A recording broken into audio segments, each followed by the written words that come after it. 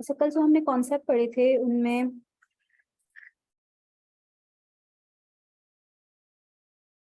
सबसे पहले तो हमने नीचे समझी थी इकोनॉमिक्स की, जिसमें हमने ये बात करी थी कि भाई इकोनॉमिक्स जो है वो साइंस और आर्ट दोनों में कंसिडर किया जाता है सब्जेक्ट को, क्योंकि मेथोडोलॉजी के लिहाज से आपको ये साइंस जैसी लगेगी, बिल्कुल वैसी सिस्टमेटिक आप इसको स्टडी कर रहे होते हैं, इसमें कॉज एंड इफेक्ट रिलेशन देखते होते हैं, वेरिएबल्स किस तरह उनका आपस में किस क्या रिलेशन है, पॉजिटिव रिलेशन है, इनवर्स रिलेशन है, वो आप देख रहे होते हैं। देन हमने देखा कि हम सिर्फ ना सिर्फ उन नॉलेज और फैक्ट्स को पढ़ते हैं, डेवलप करते हैं, बल्कि उसको अप्लाई भी कर रहे होते हैं, तो हमें एप्लीकेशन भी मिलती है। तो इकोनॉमिक्स साइंस और आर्ट दोनों कैटेगरी में फॉल करती है। फर्दर हमने ये बात करी थी कि साइंस के अंदर हमारे पास दो कैटेगरीज आ जाती हैं, positive and normative science. Positive science talks about facts and figures, जबकि नॉर्मेटिव साइंस जो है वो आपकी बात करती है कि भाई एक तरह से ओपिनियन बेस्ड है। और हमें यहाँ पे दिखता है कि भाई इकोनॉमिक्स के अंदर ना सिर्फ हमें पॉजिटिव स्टेटमेंट्स दिख रही होती हैं, फैक्चुअल स्टेटमेंट्स दिख रही होती हैं, हम फैक्ट्स के बारे में बात कर रहे होते हैं, प्रॉब्लम्स को डिस्कस कर रहे होते हैं, बल्कि हम ये भी बात करते हैं कि उन प्रॉब्लम्स को कैसे हम रिजॉल्व कर सकते हैं। एथिकल ग्राउंड्स मतलब ये कि हम ये कह रहे हैं ना कि फॉर एग्जांपल मैं कह रही हूँ कि भाई free education should be given to poor, तो मैं एक एथिकली एक बात कर रही हूँ कि आइडियली क्या होना चाहिए कि एजुकेशन जो है वो पुअर को फ्री देनी प्रोवाइड करनी चाहिए। तो ये एथिकली भी आप इन सब चीजों को डिस्कस कर रहे होते हैं। अच्छा, फिर हमने बात करी थी भाई इकोनॉमिक्स को हम दो मेन ब्रांचेस में जो है वो डिवाइड करते हैं, एक माइक्रो दूसरी मैक्रो। माइक्रो के अंदर हम स्मॉल लेवल में बात कर रहे होते हैं, इंडिविजुअल्स का बिहेवियर डिस्कस करते हैं, जबकि मैक्रो इकोनॉमिक्स में हम पूरी इकोनॉमी के बारे में डिस्कस कर रहे होते हैं, ठीक है ना। देन हमने डिस्कस किए थे एजेंट्स और पार्टिसिपेंट्स ऑफ एन इकोनॉमी, याद है सबको। सबसे पहले आपके पास आ जाते हैं हाउस होल्ड्स और कंज्यूमर्स। इनका फंक्शन क्या है कि वो कंज्यूम कर रहे होते हैं गुड्स एंड सर्विसेज, अपनी लिमिटेड इनकम को एलोकेट कर रहे होते हैं बिटवीन डिफरेंट गुड्स, और इसके अलावा उनका एक और फंक्शन है कि वो अपने लेबर सर्विसेज भी प्रोवाइड करते हैं। देन फॉर्म्स और प्रोडक्शन यूनिट्स का फंक्शन ये है कि वो चीजों को प्रोड्यूस करते हैं, उनके पास भी ये एक कंस्ट्रेन है कि उनके पास फैक्टर्स ऑफ प्रोडक्शन लिमिटेड है, और वो फैक्टर्स ऑफ प्रोडक्शन को बिटवीन डिफरेंट पोटेंशियल प्रोडक्ट जो है वो एलोकेट करते हैं और कोशिश करते हैं कि उन्हें ज्यादा से ज्यादा प्रॉफिट हो। देन हमारे पास गवर्नमेंट आ जाती है, जिसे हम स्टेट कहते हैं, जो पूरी सोसाइटी को गवर्न कर रही होती है, चला रही होती है अपने लॉज के थ्रू। और फिर हमारे पास आ जाते हैं फॉरेन ट्रेडर्स, जो दूसरी इकोनॉमी से गुड्स एंड सर्विसेज को एक्सचेंज करते हैं। तो ये हमारे पास 4 इकोनॉमिक एजेंट्स और पार्टिसिपेंट्स आ गए थे। उसके बाद हमने डिस्कस किया था वही फैक्टर्स ऑफ प्रोडक्शन, जो कि आपके वो रिसोर्सेज हैं जिनके थ्रू हम गुड्स एंड सर्विसेज प्रोड्यूस कर रहे होते हैं, जो प्रोडक्शन प्रोसेस में रिक्वायर्ड होते हैं। इसमें हमने बात करी थी कि हम इन फैक्टर्स ऑफ प्रोडक्शन को दो कैटेगरीज में जो है वो सब डिवाइड करते हैं, ह्यूमन फैक्टर्स और non human factors. Human factors में हमारे पास लेबर एंटरप्रेन्योर आ जाता है। लेबर वो जो कि अपनी मेंटल और फिजिकल एफर्ट्स देता है और उसके रिवॉर्ड में उसको वेजेस और सैलरीज मिल रही होती हैं, जबकि एंटरप्रेन्योर या ओनर, जैसे कि एक किसी ने क्वेश्चन भी पूछा था कि क्या डिफरेंस है एंटरप्रेन्योर ओनर में, तो ऐसा कोई डिफरेंस नहीं है। एंटरप्रेन्योर और ओनर वो पर्सन है जो कि ऑर्गेनाइज कर रहा है इन 3 फैक्टर्स को और जो कि रिस्क ले रहा है, ठीक है। तो खाली मैनेजमेंट एंटरप्रेन्योर के अंदर नहीं आ सकती, क्योंकि अगर प्रिंसिपल कोई और है स्कूल का और मेन जो ओन करता है स्कूल वो कोई और है, तो जाहिर है कि मेन रिस्क तो वो ले रहा है, लॉस ऑफ प्रॉफिट उससे हो रहा है। प्रिंसिपल अगेन एक लेबर है जो कि आपका क्या कर रहा है, सिर्फ उसको चला रहा है एक तरह से स्कूल को, ठीक है ना। हाँ, वो ओनर जो कि रिस्क है जिसके पास, जिसको बिल्कुल नहीं, जरूरी नहीं है ना, कुछ स्कूल्स में ऐसा होता है ना कि मेन ओनर कोई और होता है और प्रिंसिपल कोई और होता है, तो वो वहां पे प्रिंसिपल एज अ लेबर ही काम कर रहा होता है, क्योंकि उसको तो अपने टाइम पे सैलरी मिलेगी। कोई भी ऐसा लॉस होता है तो वो उसको बेयर नहीं करना पड़ेगा, वो मेन ओनर को ही बेयर करना पड़ेगा, ठीक है। देन नॉन ह्यूमन फैक्टर्स में हमारे पास लैंड और कैपिटल आ जाता है। इसकी डेफिनेशन में हमने ये बात करी थी कि भाई लैंड के अंदर सारे नेचुरल रिसोर्सेज आ जाते हैं, जितने भी नीचे की तरफ से हमें फ्री गिफ्ट्स मिले हैं, sunlight, minerals, materials, sorry metals, forest etcetera. Then capital की डेफिनेशन में हमने ये बात करी थी कि कैपिटल वो मैन मेड रिसोर्सेज हैं जिनके थ्रू हम other goods and services produce कर रहे होते हैं, such as machines, building, plants etcetera. और इसमें हम मनी को काउंट नहीं करते, क्योंकि मनी इटसेल्फ कुछ भी प्रोड्यूस नहीं कर सकता। अच्छा, देन हमने रिवॉर्ड्स डिस्कस किए थे कि लैंड का रिवॉर्ड क्या है, रेंट, लेबर से रिवॉर्ड है वेजेस एंड सैलरीज, कैपिटल का रिवॉर्ड है इंटरेस्ट, एंड एंटरप्रेन्योर ऑर्गेनाइजेशन का रिवॉर्ड जो है वो प्रॉफिट है। अच्छा, फिर हम आए थे types of goods on the basis of consumption, और इसमें हमने ये बात करी थी कि कंजम्पशन की बेसिस पर हम गुड्स को 5 कैटेगरीज में डिवाइड करते हैं। नंबर 1 हमारे पास आता है मेरिट गुड्स। ये वो गुड्स होते हैं जो सोसाइटी के लिए अच्छे कंसिडर किए जाते हैं, सोशली डिजायरेबल होते हैं, सोसाइटी पर बहुत ही पॉजिटिव इम्पैक्ट क्रिएट कर रहे होते हैं, ठीक है। और नॉर्मली क्योंकि इंडिविजुअल्स इनकी इंपॉर्टेंस को सही से समझ नहीं पाते, तो वो उसको उतना कंज्यूम नहीं कर पाते जितना उनको कंज्यूम करना चाहिए। इसी वजह से इसकी इंपॉर्टेंस समझते हुए गवर्नमेंट इनको प्रोवाइड कर रही होती है और इनकरेज कर रही होती है इंडिविजुअल्स को कि वो इन चीजों को कंज्यूम करें, ठीक है, इन चीजों, इन सर्विसेज को लें या इन चीजों को कंज्यूम करें, ठीक है ना। देन हमारे पास आ जाते हैं डीमेरिट गुड्स, जो कि सोसाइटी के लिए बैड कंसिडर किए जाते हैं क्योंकि ये सोसाइटी के लिए जो है वो हार्मफुल इम्पैक्ट्स क्रिएट कर रहे होते हैं और गवर्नमेंट इनको डिस्करेज कर रही होती है। आगे आप देखेंगे कि डीमेरिट गुड्स वगैरह पे गवर्नमेंट टैक्सेस के थ्रू जो है वो उसकी डिमांड को जो है वो डिस्करेज करती है। देन हमारे पास आए थे भाई पब्लिक गुड्स, जो कि प्रोवाइड कौन कर रही होती है, आपकी गवर्नमेंट प्रोवाइड कर रही होती है। और पब्लिक गुड्स में 2 मेन एट्रीब्यूट्स हमने डिस्कस किए थे जिनकी वजह से एक प्राइवेट इंडिविजुअल्स को इन चीजों को प्रोवाइड करना उसके लिए काफी मुश्किल है। जिनमें एक एट्रीब्यूट ये था कि ये नॉन ड्राइवल इन कंजम्पशन है। Non drivel in consumption means कि इनकी जॉइंट कंजम्पशन हो रही होती है, एट द सेम टाइम बहुत सारे इंडिविजुअल्स इन्हें कंज्यूम कर रहे होते हैं और एक का बेनिफिट दूसरे के कंज्यूम करने से कम नहीं होता। इसके अलावा इसकी एक और कैरेक्टरिस्टिक है कि इसमें नॉन एक्सक्लूडिबिलिटी पाई जाती है, यानी सप्लायर के लिए उन लोगों को एक्सक्लूड करना पॉसिबल नहीं है जो उसकी इस सर्विस को या इस कमोडिटी को कंज्यूम करने पे पे नहीं कर रहा है, ठीक है ना। इसी वजह से फॉर एग्जांपल एक प्राइवेट इंडिविजुअल है जो वो सोचता है कि मैं डिफेंस सर्विस जो है वो एक प्राइवेट फर्म सोचती है कि हम प्रोवाइड करेंगे कंट्री को, तो अब क्या होगा, जाहिर है कि उसको कोई ना कोई वो फी रखेगा उसकी, या वो कलेक्ट करेगा भाई इंडिविजुअल से कि आप पे करें। अब हर इंडिविजुअल क्या सोचेगा कि सिर्फ मेरे ना पे करने से क्या इम्पैक्ट पड़ेगा, बाकी सब तो पे करेंगे, और एक दफा जब ये सर्विस प्रोवाइड कर दी जाएगी तो मुझे तो लाजमी ये फैसिलिटी मिलेगी, मुझे कोई एक्सक्लूड नहीं कर सकता इस फैसिलिटी को लेने से। और यही सोचते हुए कोई भी उस सर्विस को जो है उसके लिए पे करने को तैयार नहीं होगा। हर कोई यही सोचेगा कि मैं फ्री राइडर जो है वो फ्री राइडर बन जाऊं, यानी फ्री में मुझे ये सर्विस मिल जाए। इसी वजह से जो प्राइवेट इंडिविजुअल्स हैं उनका कोई इंसेंटिव नहीं होता है इन चीजों को प्रोवाइड करने में, गवर्नमेंट ही इनको इन चीजों को प्रोवाइड कर रही होती है। इसमें हमारे पास डिफेंस सिस्टम, हाईवे नेटवर्क और आपकी स्ट्रीट लाइटिंग वगैरह आ जाती है। देन हमने बात करी थी प्राइवेट गुड्स, जो हम सबको समझ में आता है, ये वो गुड्स होते हैं जिनमें एक्सक्लूजन भी पॉसिबल है। अगर आप पे नहीं करोगे तो प्रोड्यूसर आपको वो कमोडिटी कभी भी नहीं देगा, यानी एक्सक्लूड कर देगा अगर आप पे नहीं करते तो। और देन इसमें ड्राइवलरी की जो है वो एट्रीब्यूट है कि ड्राइवल इन कंजम्पशन है, यानी एट द सेम टाइम वो सेम यूनिट एक ही इंडिविजुअल कंज्यूम कर सकता है, उसका बेनिफिट कोई और नहीं ले सकता। फिर हमने क्लब गुड्स डिस्कस किए थे जिसमें आपके पास एक्सक्लूजन तो पॉसिबल है, यानी इनकी कोई ना कोई प्राइस है जो आपको पे करनी पड़ेगी, अदरवाइज आपको सर्विस नहीं मिलेगी, लेकिन इनकी कंजम्पशन नॉन ड्राइवल है till a point where consumption takes place, यानी एक सर्टेन पॉइंट तक इनकी जॉइंट कंजम्पशन हो रही होगी, और जॉइंट कंजम्पशन के साथ साथ किसी एक का बेनिफिट दूसरे की कंजम्पशन से कम नहीं होगा। जॉइंटली लोग आराम से इसको चीजों को जो है वो कंज्यूम कर रहे होंगे, बट एट अ पॉइंट जहां कंजस्शन होना स्टार्ट हो जाएगी वहां फिर इसकी कंजम्पशन क्या हो जाएगी, राइवल हो जाएगी, क्योंकि फिर एक के कंज्यूम करने से उस चीज को दूसरे के बेनिफिट क्या हो रहा होगा, कम हो रहा होगा। तो हर कोई ये चाहेगा कि वो दूसरा उस चीज को कंज्यूम ना करे, ठीक है ना। हमने इसकी भी एग्जांपल ले ली थी, वाईफाई सर्विस हमारी बहुत अच्छी एग्जांपल है। फिर हमने स्विमिंग पूल की एग्जांपल ली थी, सिनेमा हॉल भी हमारे एक एग्जांपल में आ जाता है इसकी, ठीक है।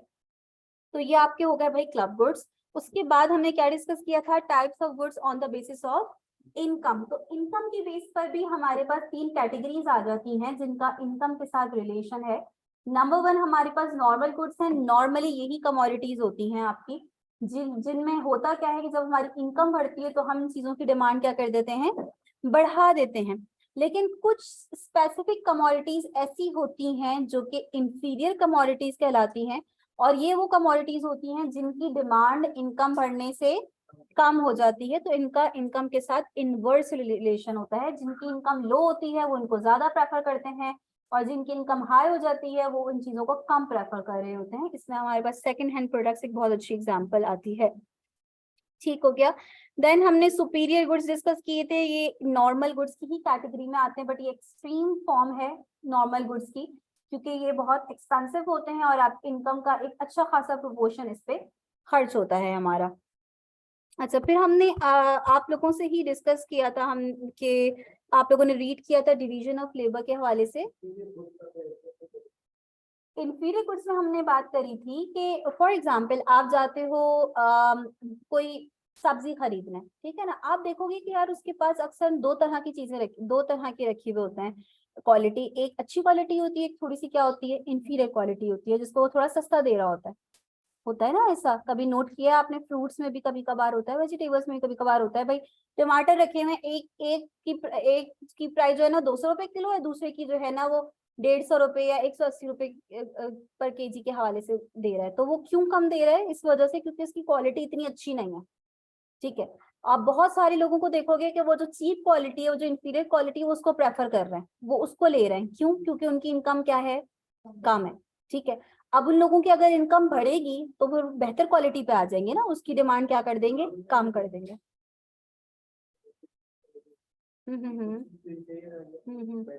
बेटर क्वालिटी उसको आप नॉर्मल में, बिल्कुल बिल्कुल ऐसा ही है। तो आपकी इनकम बढ़ेगी तो आप नॉर्मल उन चीजों की डिमांड बढ़ा देंगे और इंफीरियर की डिमांड कम कर देंगे। ठीक है।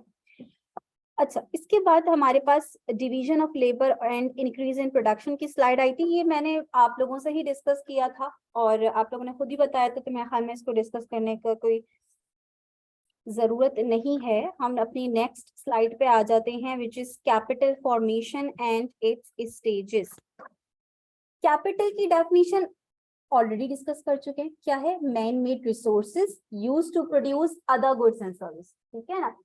कैपिटल फॉर्मेशन का क्या मतलब हुआ? कैपिटल फॉर्मेशन, फॉर्मेशन नाम ही बता रहा है ना, एडिशन हो रहा है, कैपिटल स्टॉक में एडिशन हो रहा है, उसको आप कैपिटल फॉर्मेशन कह रहे हैं। तो ये कह रहे हैं कि भाई कैपिटल स्टॉक कंट्री का किस तरह बढ़ता है, इसके बारे में थोड़ा सा हम डिटेल में डिस्कस करते हैं। हमारी इकोनॉमी में दो तरह के लोग होते हैं।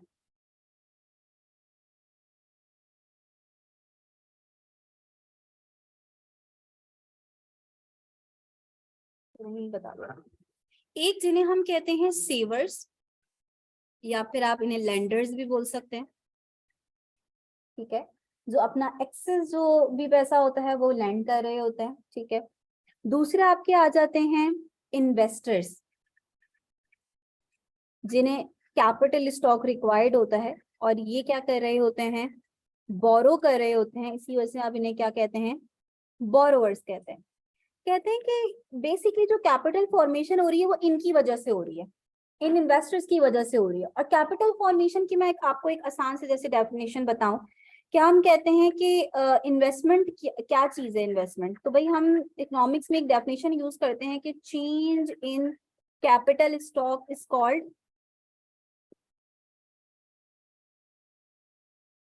इन्वेस्टमेंट। कैपिटल स्टॉक का जो चेंज है वो क्या है, आपका इन्वेस्टमेंट है। लेट्स सपोज एक बहुत सिंपल सी एग्जांपल आप लोगों को बताती हूँ कि भाई एक फैक्ट्री है, उसमें अभी करंटली 4 मशीन्स हैं जो ऑपरेट हो रही हैं। ठीक है ना। नेक्स्ट पीरियड में वो एक और मशीन इंस्टॉल कर लेता है, तो अब उसके पास कितनी हो गई हैं, 5 मशीन्स हो गई हैं। कितना चेंज आया है, एक मशीन का चेंज आया। कैपिटल स्टॉक कितने से चेंज हुआ है, एक मशीन से चेंज हुआ है। ये उसने क्या करी है, इन्वेस्टमेंट करी है, ये उसने इन्वेस्टमेंट करी है। तो change in capital stock is called investment. तो ये जो कैपिटल स्टॉक में चेंज आ रहा होता है ना, ये जो इन्वेस्टमेंट हो रही होती है किस तरह होती है, उसके उन्होंने कुछ स्टेजेस आपको बताए। कह रहे हैं कि कोई क्वेश्चन पूछना है? कह रहे हैं कि भाई आपके पास जो क्या नहीं क्या नहीं कह सकते, चेंज मैंने आपको बता दिया ना कि फर्स्ट पीरियड में एक फैक्ट्री में 4 मशीन्स ऑपरेट कर रही थी, नेक्स्ट पीरियड में एक एडिशन हुआ एक और मशीन का। तो हमने बोला कितना चेंज आया, एक मशीन से चेंज आया। वो जो हाँ तो वो आपकी नेट इन्वेस्टमेंट कम हो गई है।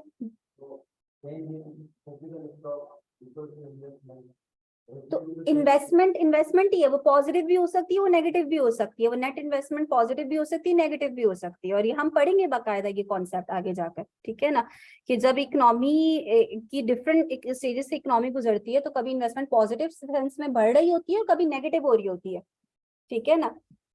अच्छा, अब वो कह रहे हैं कि सबसे पहले इन्वेस्टमेंट के लिए ये पैसा आएगा कहाँ से। इन्वेस्टर्स को बोरो करना है ना, तो इकोनॉमी में पैसा होना चाहिए, ये पैसा आएगा कहाँ से, सेवर्स के पास से, ठीक है ना। और अगर हम थोड़ा सा गौर करें तो हम बैंक की एग्जांपल ले सकते हैं, बहुत आसान है, फिर मैं थोड़ा फर्दर आगे बढ़ के आपको एक और एग्जांपल दे दूंगी। पहले हम बैंक की एग्जांपल ले लेते हैं। अब ये बैंक्स क्या कर रहे होते हैं, जो सेवर्स होते हैं, ये जो अपनी इनकम का एक पार्ट सेव करते हैं, ये उस वो पार्ट बैंक्स में क्या कर देते हैं, सेव कर देते हैं। लेट्स सपोज ये एक तरीका है, और भी बहुत सारे तरीके हैं। एक बात हमें याद रखनी है कि इकोनॉमिक्स के अंदर अगर आप सेविंग इस फॉर्म में कर रहे हो कि आप घर में पैसा रख रहे हो, तो वो सेविंग नहीं कंसिडर की जाती इकोनॉमिक्स में, वो कंसिडर की जाती है कि आप होर्डिंग कर रहे हो, लीकेज है ये एक तरह से, ये सेविंग नहीं है। क्यों? क्योंकि ये एक एफिशिएंट तरीका नहीं है आपका पैसा रखने का। वो पैसा जो आपने घर में रखा हुआ है वो कभी भी यूटिलाइज नहीं हो सकता। जब तक वो आप सेव रखोगे तब तक वो पैसा आइडल रखा हुआ है, यूटिलाइज नहीं हो रहा। बट यही पैसा अगर लेट सपोज आप बैंक में रखवा देते हो, तो बैंक इस पैसे को आइडल नहीं रखेगा, बैंक इस पैसे को आगे फर्दर लोन आउट करेगा। और किसको लोन आउट करेगा? जिससे इस पैसे की जरूरत होगी, बोरोवर्स, जिनमें एक मेन पार्ट आपका इन्वेस्टर्स का भी आ जाता है। तो ये सेवर्स का पैसा चैनलाइज्ड हो रहा होता है किसके पास? इन्वेस्टमेंट के पास, through the channel of bank, ठीक है। बैंक्स के थ्रू ये मोबिलाइजेशन हो रही होती है सेविंग की। और जब ये पैसा यहाँ से इनके पास से इन्वेस्टर्स के पास आता है, तो इन्वेस्टर्स क्या करते हैं? इन्वेस्टमेंट करते हैं, जिससे कैपिटल स्टॉक इकोनॉमी का क्या होता है? बढ़ता है, कैपिटल फॉर्मेशन होती है। तो इन्होंने कैपिटल फॉर्मेशन के कुछ स्टेजेस बता दिए, बिल्कुल इसी तरह भाई आपकी स्टॉक मार्केट है। बैंक के अलावा आप स्टॉक मार्केट की एग्जांपल भी ले लेते हो। जब आप शेयर्स वगैरह किसी भी फॉर्म के खरीदते हो, तो इट मींस आप एक तरह से अपना पैसा लगा रहे हो, वो पैसा उनके पास जा रहा है। और वो पैसा जब उनके पास जाएगा, शेयर्स फ्लोट ही क्यों किए जाते हैं? शेयर्स इसी वजह से फ्लोट किए जाते हैं ना, कि आपको फंड रेजिंग करनी है, आपको फाइनेंस की जरूरत है, तो आप शेयर्स अपने फ्लोट कर रहे हो। तो जो उन शेयर्स को खरीदेगा उसका पैसा कंपनी के पास आ गया, और कंपनी फिर उसको इन्वेस्ट करेगी कहीं ना कहीं, ठीक है ना। तो ये पैसा इसी तरह थ्रू कैपिटल मार्केट चैनलाइज हो रहा होता है। कैपिटल मार्केट में बैंक्स भी आ जाते हैं, स्टॉक मार्केट भी आ जाती है आपकी, ठीक है ना।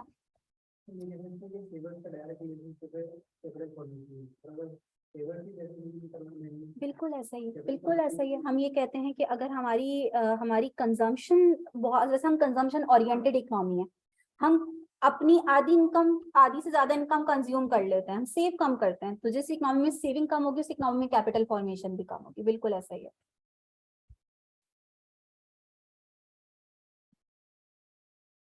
ये मेरे ख्याल में समझाने की जरूरत नहीं है। स्केर्सिटी का मतलब तो हम स्टार्ट से पढ़ते हुए आ रहे हैं। क्या मतलब है कि एक चीज जो लिमिटेड है उसको हम कहते हैं स्केर्स है, लिमिटेड है, ठीक है। तो ये हम यही बात करते हैं कि जो इकोनॉमिक रिसोर्सेज जो हैं आपके, वो हमेशा इनसफिशिएंट होते हैं हमारी नीड्स को, हमारी वांट्स को पूरा करने में, ठीक है ना।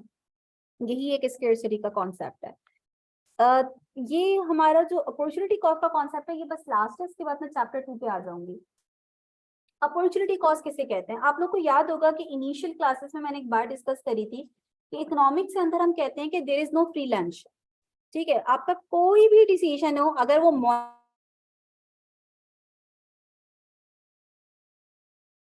ठीक है ना, वो चाहे टाइम कॉस्ट आ रही हो आपकी किसी भी तरह की, ठीक है ना। जैसे कि यहाँ पे एक, अगर हम डेफिनेशन बाद में देखें, पहले हम ये पिक्चर देख लें, तो ये पिक्चर ही डिपिक्ट कर रही है हमें कि भाई एक लड़का था जॉन, जिसने पूरी रात एग्जाम के लिए पढ़ा, ठीक है ना। नेक्स्ट डे उसको बहुत ज्यादा नींद आ रही थी, तो उसकी अपॉर्चुनिटी कॉस्ट, उस रात पूरी रात पढ़ने की अपॉर्चुनिटी कॉस्ट क्या हुई, उसको क्या कॉस्ट बेयर करनी पड़ी कि एक अच्छी नींद जो भी ले सकता था, ठीक है ना, तो वो उसको सेक्रीफाइस करनी पड़ी। तो आप कोई भी डिसीजन लेते हो अपनी लाइफ में, आपको कुछ ना कुछ सेक्रीफाइस जरूर करना पड़ता है, ठीक है ना। और ये हम थ्रू आउट इसको समझेंगे। गवर्नमेंट जब कोई पॉलिसी भी लगाती है ना, तो उस पॉलिसी के अच्छे इम्पैक्ट के साथ साथ कुछ ना कुछ नेगेटिव इम्पैक्ट आएगा। तो आप कभी भी ऐसा नहीं कर सकते कि सब कुछ अच्छा हो, कोई भी कॉस्ट ना आए, ऐसा कभी भी नहीं हो सकता। अपॉर्चुनिटी कॉस्ट हमेशा इन्वॉल्व होती है हमारे डिसीजंस में।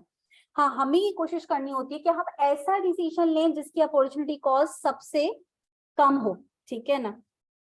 अब अपॉर्चुनिटी कॉस्ट की जो हमारे पास डेफिनेशन आ जाती है, यहाँ पे इसको लिखा हुआ भी है द नेक्स्ट बेस्ट ऑल्टरनेटिव, लेकिन आप फुल फॉर्म में इसको ऐसे लिख दो, द कॉस्ट ऑफ द, अगर आप पूरा सेंटेंस इसका डेफिनेशन वाइज लिखो, the cost of the next best alternative that is foregone.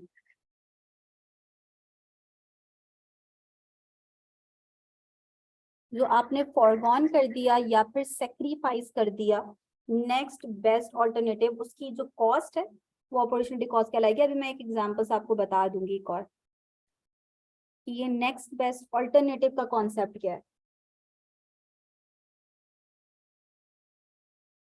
Opportunity cost is the cost of the next best alternative that is foregone or sacrificed. अब हमने starting में बात करी थी कि भाई आप अपने टाइम को आपने अभी एलोकेट करा हुआ है कि आप इस वक्त क्लास ले रहे हैं, तो ये जाहिर है आपकी फर्स्ट चॉइस होगी क्लास लेने की। इसके अलावा आपके पास बहुत सारे ऑप्शंस हो सकते हैं, हो सकता है सेकंड बेस्ट ऑल्टरनेटिव सबका डिफरेंट हो, ठीक है ना।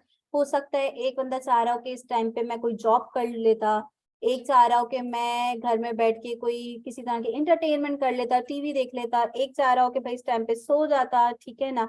तो डिफरेंट ऑल्टरनेटिव्स हो सकते हैं, सेकंड बेस्ट ऑल्टरनेटिव, और ये हम एक लिस्ट बना सकते हैं।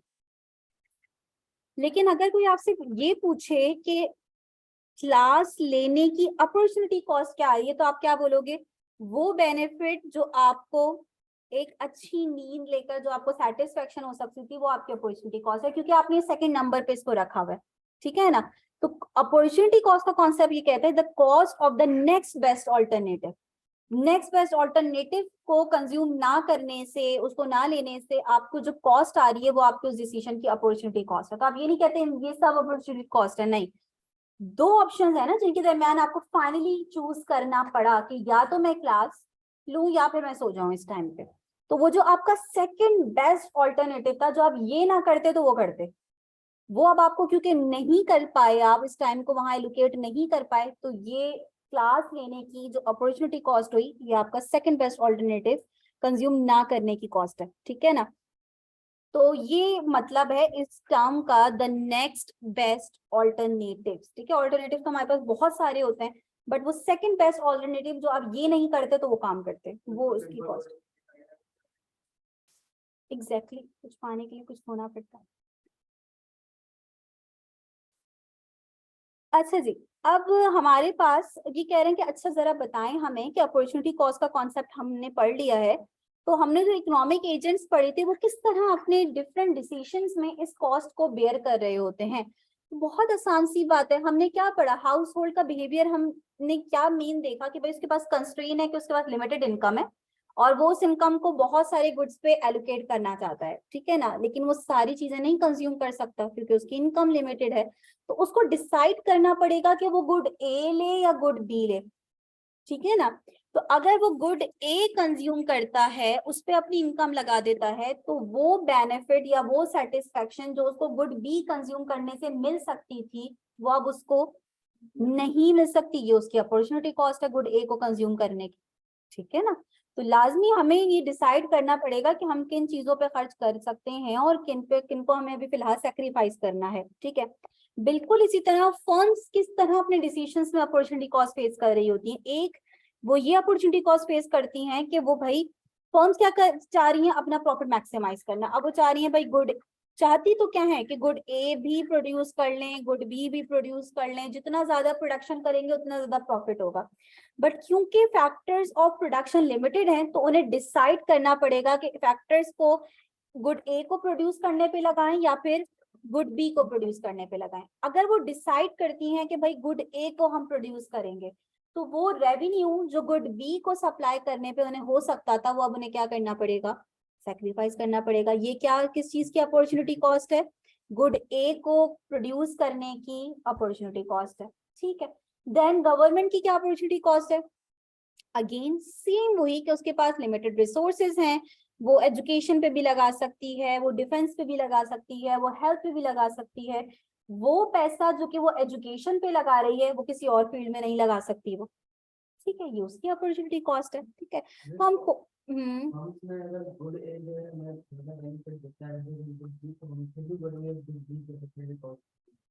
हम तभी गुड ए प्रोड्यूस कर रहे हैं क्योंकि गुड ए का प्रॉफिट गुड बी से ज्यादा हो रहा है,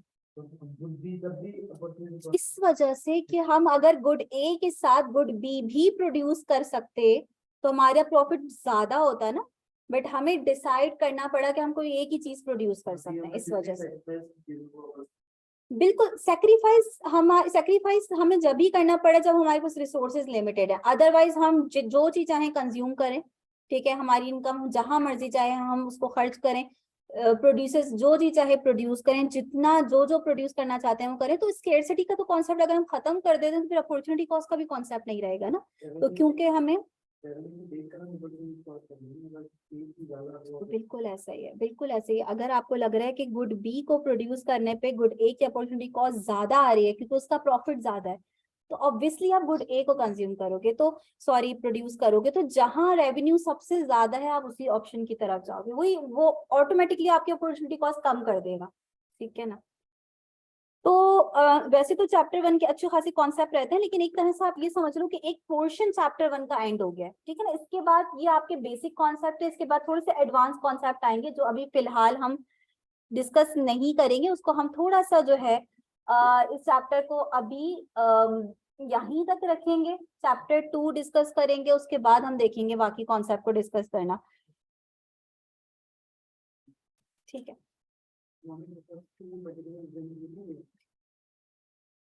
इकोनॉमिक रिसोर्सेस के साथ साथ नॉन इकोनॉमिक रिसोर्सेस का भी एक वर्ड यूज किया जाता है, या इकोनॉमिक रिसोर्सेस कह लें या आप इकोनॉमिक गुड्स कह लें, और दूसरी तरफ नॉन इकोनॉमिक गुड्स जिसे हम फ्री गुड्स भी कहते हैं। आप अपना स्टडी टेक्स्ट ओपन करोगे या आप वो एमसीक्यूज देखोगे तो आपको ये दो टर्म्स दिखेंगे।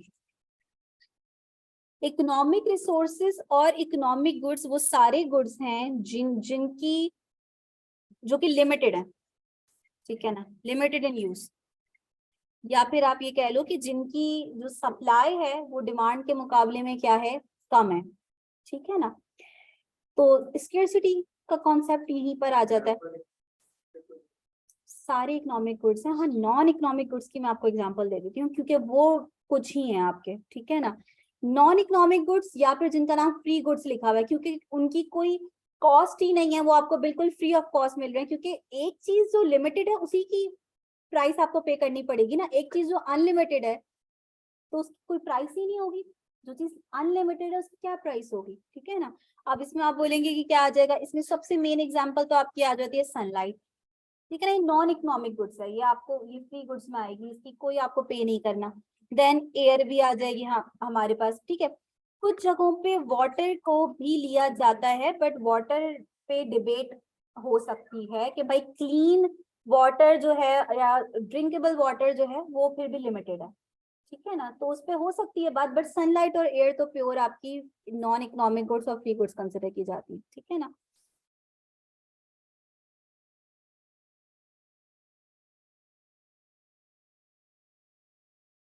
तो अब हमारी जरा डायरेक्शन चेंज हो रही है और हम बकायदा माइक्रो इकोनॉमिक्स स्टार्ट कर रहे हैं।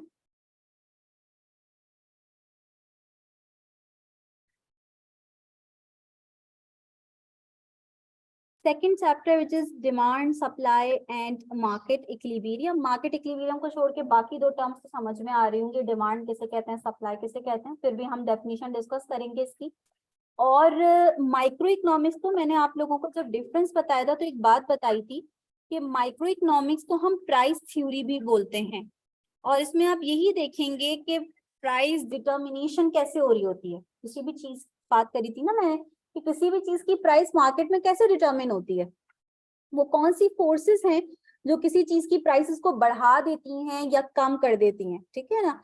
तो हम मार्केट को डिस्कस करने जा रहे हैं, और मार्केट के अंदर हमारे पास दो ही फोर्सेस हैं, एक तो है आपके पास बायर्स और दूसरे कौन होते हैं, सेलर्स होते हैं, ठीक है। तो ये दो ही मार्केट फोर्सेस आपकी कहलाती हैं। तो बायर्स के रिस्पेक्ट से हम डिमांड को डिस्कस करेंगे और सेलर्स के रिस्पेक्ट से हम सप्लाई को डिस्कस करेंगे, देन हम ज्वाइन करके मार्केट देखेंगे फिर, ठीक है। जब हम डिमांड को अच्छी तरीके से समझ लेंगे, सप्लाई को अच्छी तरीके से समझ लेंगे, तो फिर हम फाइनली मार्केट पे आ जाएंगे इनको ज्वाइन करके।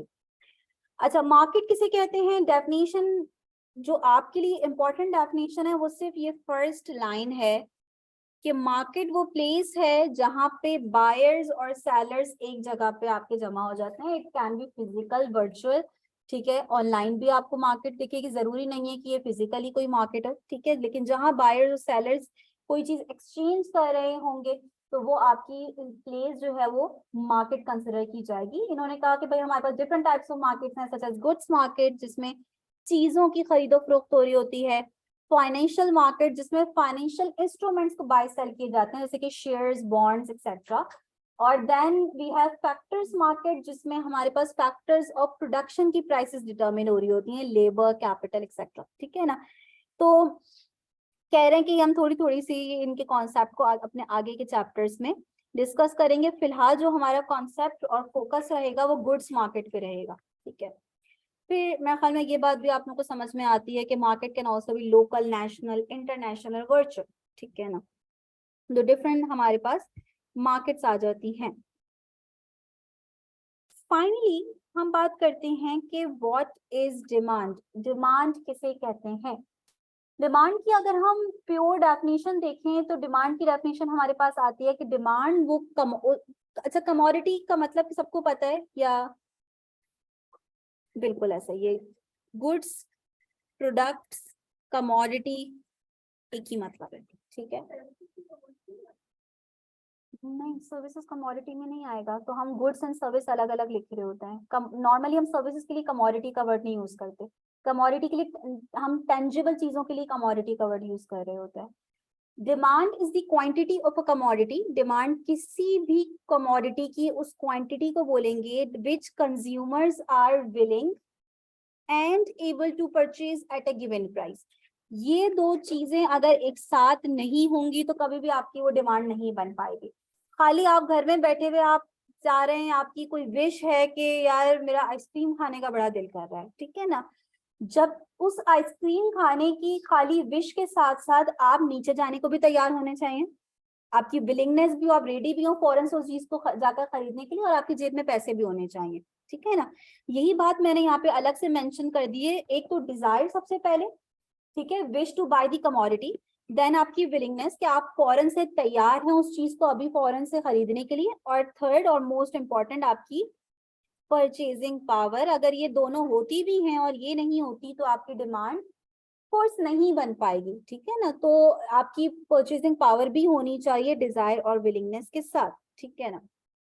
तो कंप्लीट डेफिनेशन यही आ जाती है कि demand is the quantity of a commodity which consumers are willing and able to purchase at a given price। इसमें किसी का कुछ भी क्वेश्चन है, कोई कंफ्यूजन? No confusion. अच्छा, अब हमें ये पता है कि मार्केट के अंदर मुख्तलिफ चीजों की जो डिमांड होती है वो डिफरेंट फैक्टर्स की वजह से फ्लक्चुएट कर रही होती है। कभी क्या होता है भाई, कुछ चीजों की डिमांड इंक्रीज हो जाती है, कुछ चीजों की डिमांड कम हो जाती है। तो भाई हम ये बात करने जा रहे हैं कि हमारे पास वो कौन कौन से फैक्टर्स हैं जो कि डिमांड को डिटरमिन कर रहे होते हैं, ठीक है ना। डिटर्मिनेंट्स ऑफ डिमांड, जैसे हम कहते हैं ना कि एक्स की वैल्यू किस पे डिपेंड कर रही होती है, सॉरी वाई की वैल्यू किस पे डिपेंड कर रही होती है, एक्स पे, कहते हैं ना Y is a function of X. तो वाई की वैल्यू किस पे डिपेंड करती है, एक्स पे डिपेंड करती है। तो एक्स एक फैक्टर है जो कि वाई को डिटरमिन कर रहा है, ठीक है, वाई की वैल्यू को डिसाइड कर रहा है। बिल्कुल इसी तरह डिमांड एक आपका डिपेंडेंट फैक्टर है। बहुत सारे ऐसे फैक्टर्स हैं जिन पे ये डिमांड डिपेंड कर रही है, ठीक है, जिनकी वजह से डिमांड में चेंजेस आएंगी। उसे हमने क्या नाम दे दिया, डिटर्मिनेंट्स ऑफ डिमांड, क्योंकि ये फैक्टर्स डिमांड डिसाइड कर रहे हैं, डिटरमिन कर रहे हैं। सबसे पहला और की डिटर्मिनेंट जो आपका आ जाता है वो हम सबको पता है, क्या चीज हमारे डिमांड को इफेक्ट करती है, उस चीज की अपनी प्राइस, ठीक है ना।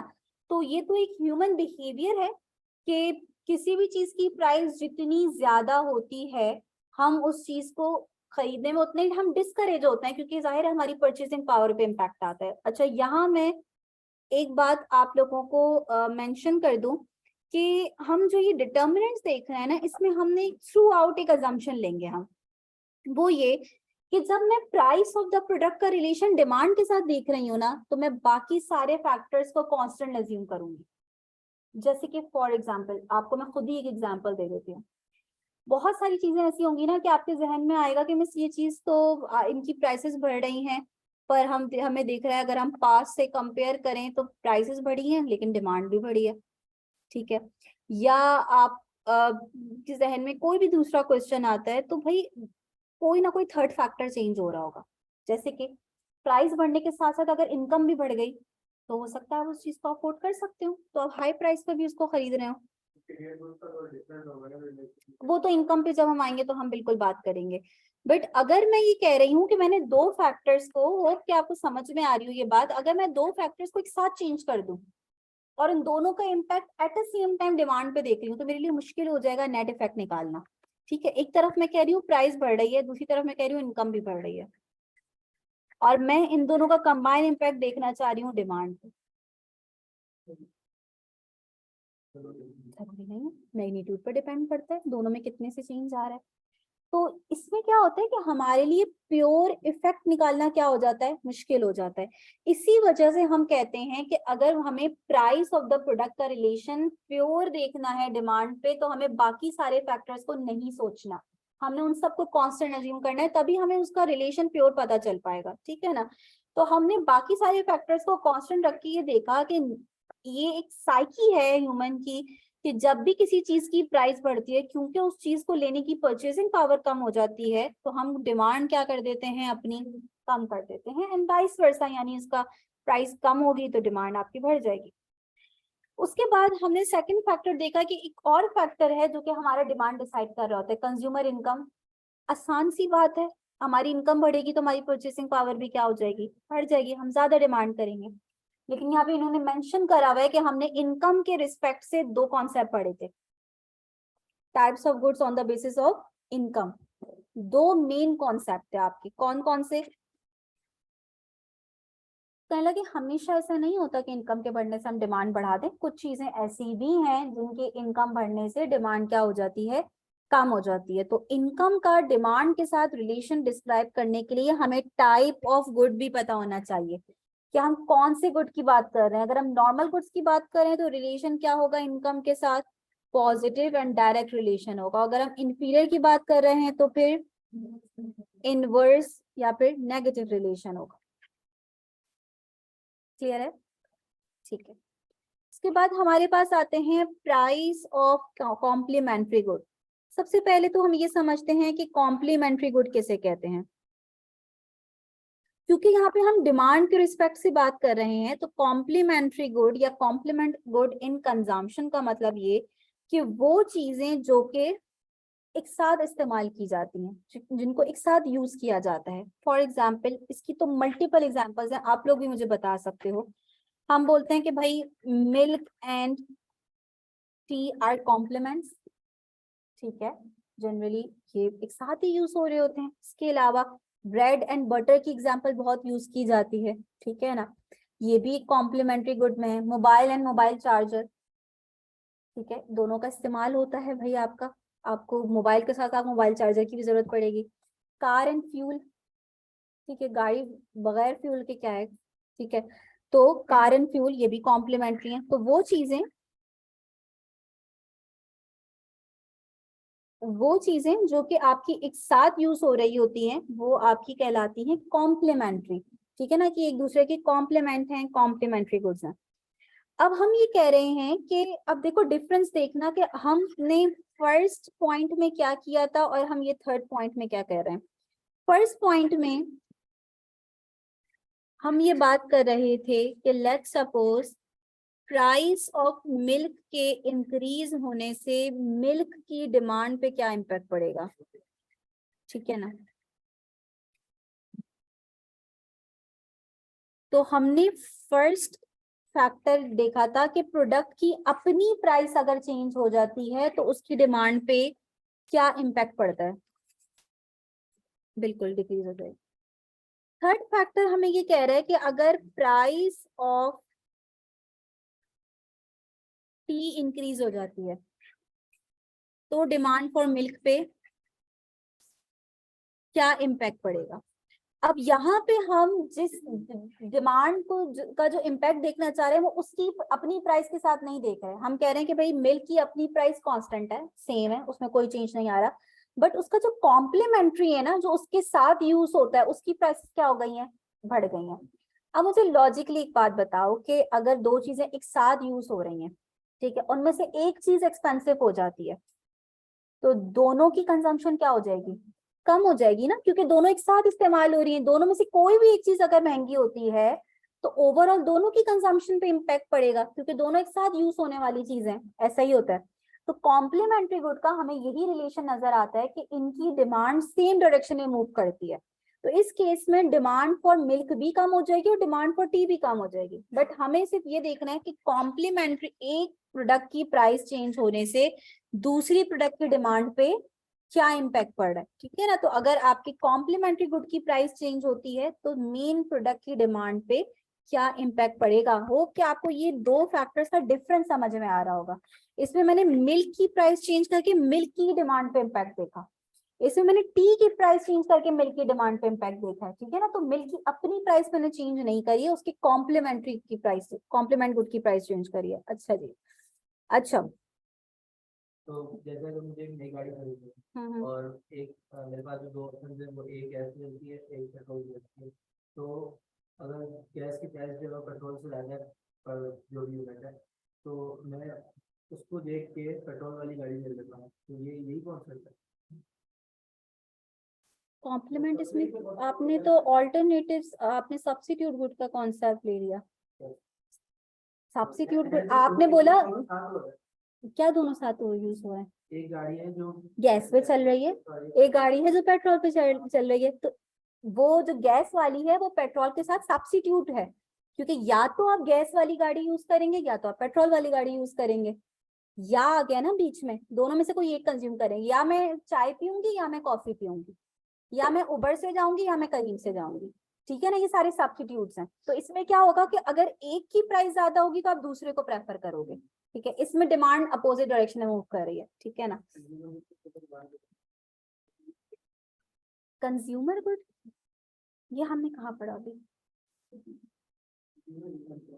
कंज्यूमर इनकम में हमने ये बात करी कि जब हमारी इनकम बढ़ती है तो क्योंकि हमारी चीजों को खरीदने की परचेसिंग पावर बढ़ जाती है तो हम डिमांड क्या कर देते हैं, बढ़ा देते हैं। तो डायरेक्ट रिलेशन है, but for inferior good it is inverse relation ना, क्योंकि इनकम बढ़ने से हम इंफीरियर गुड्स की डिमांड को क्या कर देते हैं, कम कर देते हैं। जो नॉर्मल गुड्स का इनकम के साथ वही डायरेक्ट रिलेशन है, बट इंफीरियर गुड्स का नेगेटिव रिलेशन होगा, ठीक है।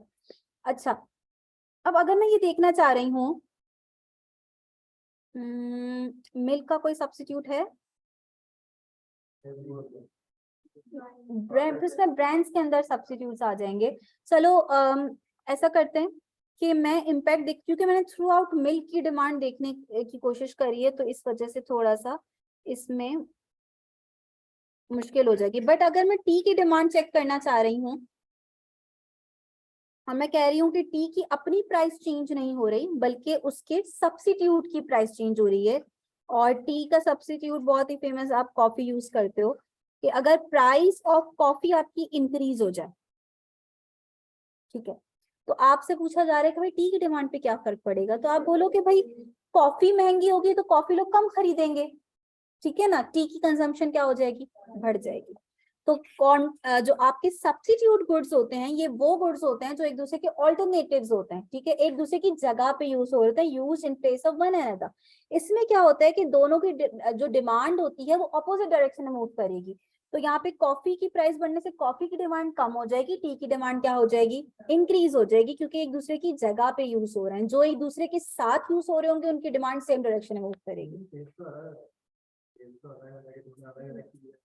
हाँ, मैं तो दोनों कंज्यूम पी सकती हूँ। अच्छा देखो, अब आपने जो एक क्वेश्चन पूछा इस पे अगर आप थोड़ा सा गौर करो ना तो आपने एक चीज चेंज करी है, आपने टेस्ट एक अदर फैक्टर ले लिया है, ठीक है, आपने टेस्ट ले लिया ना एक फैक्टर। बिल्कुल रियल वर्ल्ड में ये सारी चीजें एक साथ ही चेंज हो रही होती हैं। भाई एक का टेस्ट ही नहीं है कॉफी का, वो चाय ही कंज्यूम करेगा तो उसके लिए ये एग्जाम्पल नहीं यूज कर सकते हम, क्योंकि उसके लिए वो सब्स्टिट्यूट है ही नहीं ना। फिर वो अगर चाय की जगह पे कुछ और सब्स्टिट्यूट कर सकता है तो फिर उसको इस एग्जाम्पल से बात बताई जाएगी। तो हमारा मकसद ये नहीं है कि हमने कोई डेफिनेशन डिफाइन कर ली है टी एंड कॉफी हर हाल में सब्स्टिट्यूट होंगे। हम सिर्फ ये बताना चाह रहे हैं कि नॉर्मली जो लोग जिन चीजों को एज अ सब्स्टिट्यूट यूज कर रहे होते हैं, उसका उन जो प्रोड्यूसर्स होते हैं ना, उनको पता होता है कि हम पे क्या इम्पैक्ट पड़ेगा। ठीक है ना, जो टी प्रोड्यूसर्स है, टी सेलर्स है, उन्हें पता है कि कॉफी की प्राइस चेंज होने से हमारे भी सेल पे इम्पैक्ट आएगा। क्योंकि भले आप टी और कॉफी को एज अ सब्स्टिट्यूट जो है नहीं लेते हो, बट बहुत सारे ऐसे लोग हैं जिसको सब्स्टिट्यूट कंसिडर किया जाता है। ठीक है ना, और ये बहुत फेमस इस एग्जांपल को यूज करते हैं क्योंकि नॉर्मली लोग टी और कॉफी को एज अ सब्स्टिट्यूट कंज्यूम कर रहे होते हैं। हो सकता है कुछ लोगों का टेस्ट ऐसा ना हो, बट प्रोड्यूसर्स को हर ये इंफॉर्मेशन क्यों जरूरी है, क्योंकि हर प्रोड्यूसर को ये बात पता होनी चाहिए कि मेरे सब्स्टिट्यूट कौन कौन से हैं, मेरे कॉम्प्लीमेंट्री गुड्स कौन कौन से हैं, और अगर उनकी प्राइस चेंज होगी तो मेरी सेल पे भी इम्पैक्ट पड़ेगा। ठीक है,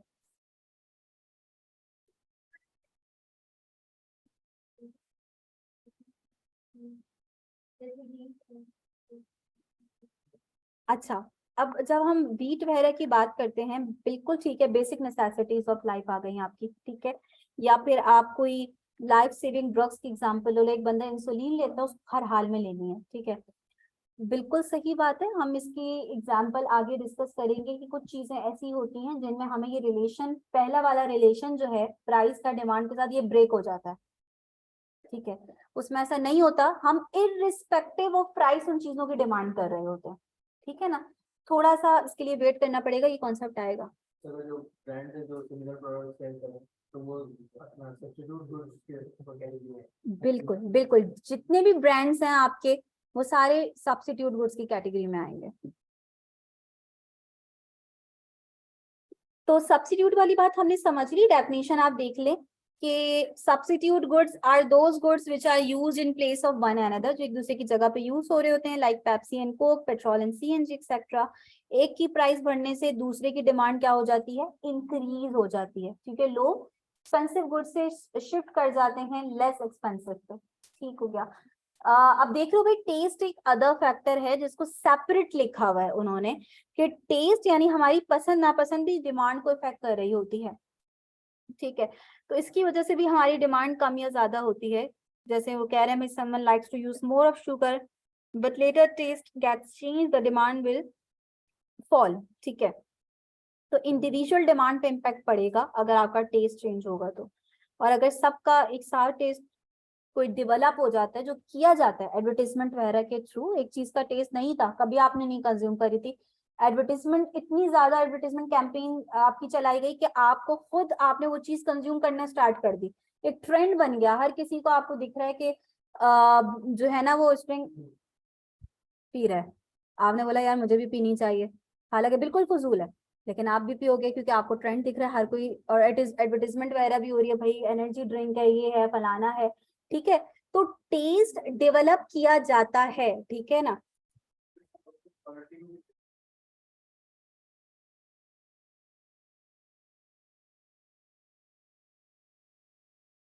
जो फैक्टर्स मेंशन करे हैं, इसके अलावा कोई फैक्टर नहीं हो सकता जो डिमांड को इम्पैक्ट कर रहा है। बहुत सारे अदर फैक्टर्स हैं, जैसे कि उन्होंने बताया कि उस चीज की अपनी क्वालिटी पे भी डिमांड जो है वो डिपेंड कर रही होती है। किसी चीज की अगर क्वालिटी बेहतर होगी तो लोग उसको ज्यादा प्रेफर करेंगे, इररिस्पेक्टिव ऑफ हाई प्राइस। हाँ बिल्कुल ऐसा है, बिल्कुल ऐसा ही है। लेकिन देखिए, जब भी हम ये बात करें ना, हम दो फैक्टर्स को एक साथ अभी ना चेंज करें, मैं अभी फिलहाल ये रिक्वेस्ट कर रही हूँ, दो फैक्टर्स को एक साथ ना चेंज करो।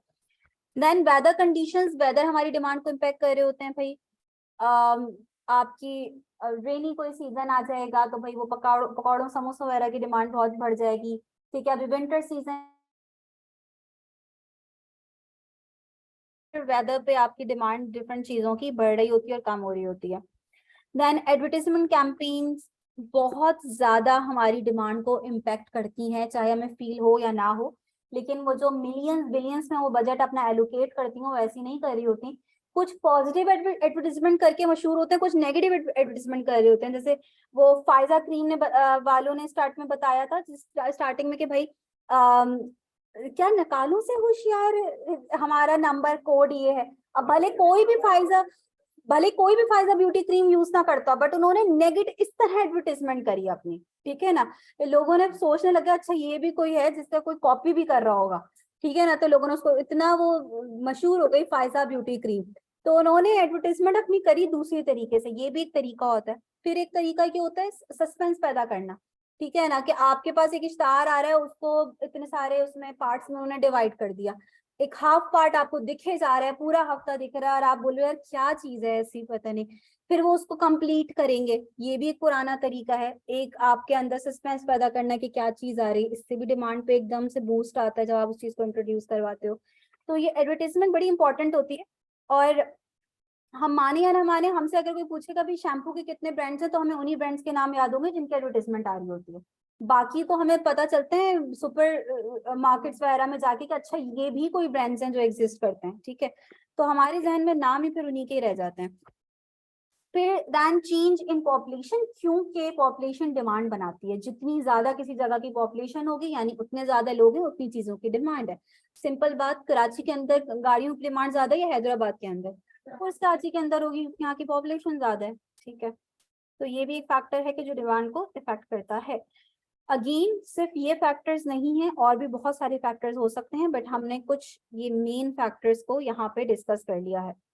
अच्छा, अब हमने क्या किया कि हमने ये बात करी कि हम ये जो प्राइस है और डिमांड का जो रिलेशन है, ये बड़ा स्ट्रॉन्ग रिलेशन है। सबसे ज्यादा जो चीज हमें इम्पेक्ट करती है हमारी डिमांड को, वो प्रोडक्ट की अपनी प्राइस है। और हमने पढ़ा कि इन दोनों का आपस में क्वांटिटी डिमांड का सिंपल मतलब ये कि आप कितनी क्वांटिटी डिमांड कर रहे हैं। ठीक है, बाद में हम इसका थोड़ा सा डिफरेंस डिस्कस करेंगे कि इस टर्म की अपनी भी एक डेफिनेशन है। तो हमने पढ़ा कि इन दोनों का आपस में जो है ना, वो इनवर्स रिलेशन है, ठीक है। और इसकी बेस पर हम पूरा एक लॉ इंट्रोड्यूस करवाने जा रहे हैं, जिसे हम बोलेंगे लॉ ऑफ डिमांड, जो कि आपको इन दोनों वेरिएबल्स का आपस में इनवर्स रिलेशन बताता है कि there is an inverse relationship between price of the product and its quantity demand. लेकिन किसी भी लॉ के लिए उसका लॉ की डेफिनेशन आप सबने देखी होगी कि लॉ जो है यूनिवर्सली एक्सेप्टेड होता है, तभी वो लॉ कहलाएगा, ठीक है ना। तो आपने बोला कि यहाँ तो एरर के चांसेस हैं, ठीक है। यहाँ पे तो ये रिलेशन ब्रेक भी हो सकता है कि अगर मैंने ये बोला कि कोई मुझसे आर्ग्यू करता है कि प्राइस बढ़ने के साथ साथ इनकम भी बढ़ गई है और डिमांड कम होने के बजाय इंक्रीज हो गई है, तो ये तो फिर रिलेशन इनवर्स नहीं निकल के आ रहा प्राइस का और डिमांड का। तो हमने बोला कि फिर तो ये लॉ नहीं कहला पाएगा। तो लॉ बनाने के लिए हमें इसके साथ एक अजम्पशन लगानी पड़ेगी, और वो अजम्पशन क्या है? सेटरस पैरेबस।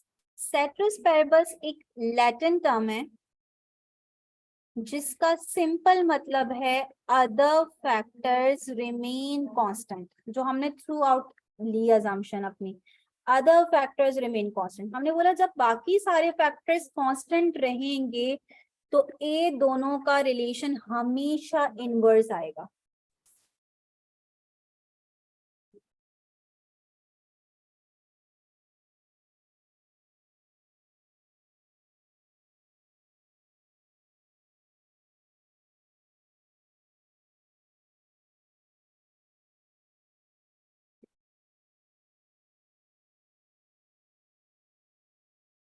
तो बड़ी आसान सी एक डेफिनेशन है लॉ ऑफ डिमांड की, जो हमने मेंशन कर दी। बाकी सारी बातें तो सेम है, the higher the price of the good the lower will be the quantity demanded and vice versa. साथ ही साथ हमने बोला ये लॉ जब तक कंप्लीट नहीं होगा, जब तक हम इसके साथ ये सेटरस पैरेबस की टर्म ऐड नहीं करेंगे। अगर हमने ये सेटरस पैरेबस की टर्म ऐड नहीं करी तो फिर ये लॉ ऑफ डिमांड की स्टेटमेंट कंप्लीट नहीं हो पाएगी, ठीक है। So the higher the price of a good, the smaller is the quantity demanded, and the lower the price of the good, the greater is the quantity demanded. Ceteris paribus, other factors being equal or constant. ठीक है। Then मैंने यहाँ पे थोड़ा सा mention कर दिया है कि प्राइस हमारे पास एक इंडिपेंडेंट फैक्टर है और डिमांड हमारे पास क्या है? डिपेंडेंट फैक्टर, डिपेंड कर रही है प्राइस पर, ठीक है। और इन दोनों का इनवर्स रिलेशन है। अब जरा हम ये समझ लेते हैं कि इकोनॉमिक्स में जब भी कोई लॉ आता है या कोई भी थ्योरी हम पढ़ते हैं तो हम उसको किस मेथड से पढ़ते हैं, कौन कौन से तरीके हैं जिससे हम किसी भी लॉ या थ्योरी को पढ़ रहे होते हैं।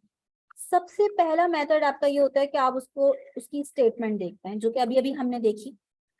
ठीक है, ये स्टेटमेंट उसको समझा रही थी कि भाई आपने दो वेरिएबल्स का आपस में आप रिलेशन एक्सप्लेन कर रहे हो। ठीक है, पॉजिटिव है, नेगेटिव है, कोई भी स्टेटमेंट है। सेकंड उसका मेथड ये होता है कि आप उसकी टेबुलर रिप्रेजेंटेशन कर रहे होते हो। आप उसके टेबल बनाते हो, उसको फिगर्स के थ्रू रिप्रेजेंट करते हो, और ये भाई समझा जाता है कि फिगर्स बात को ज्यादा बेहतर तरीके से समझाती हैं। ठीक है, और देन हम उसको उन फिगर्स के थ्रू क्या बना रहे होते हैं, ग्राफ्स बना रहे होते हैं, यानी हम ग्राफिकल रिप्रेजेंटेशन करते हैं।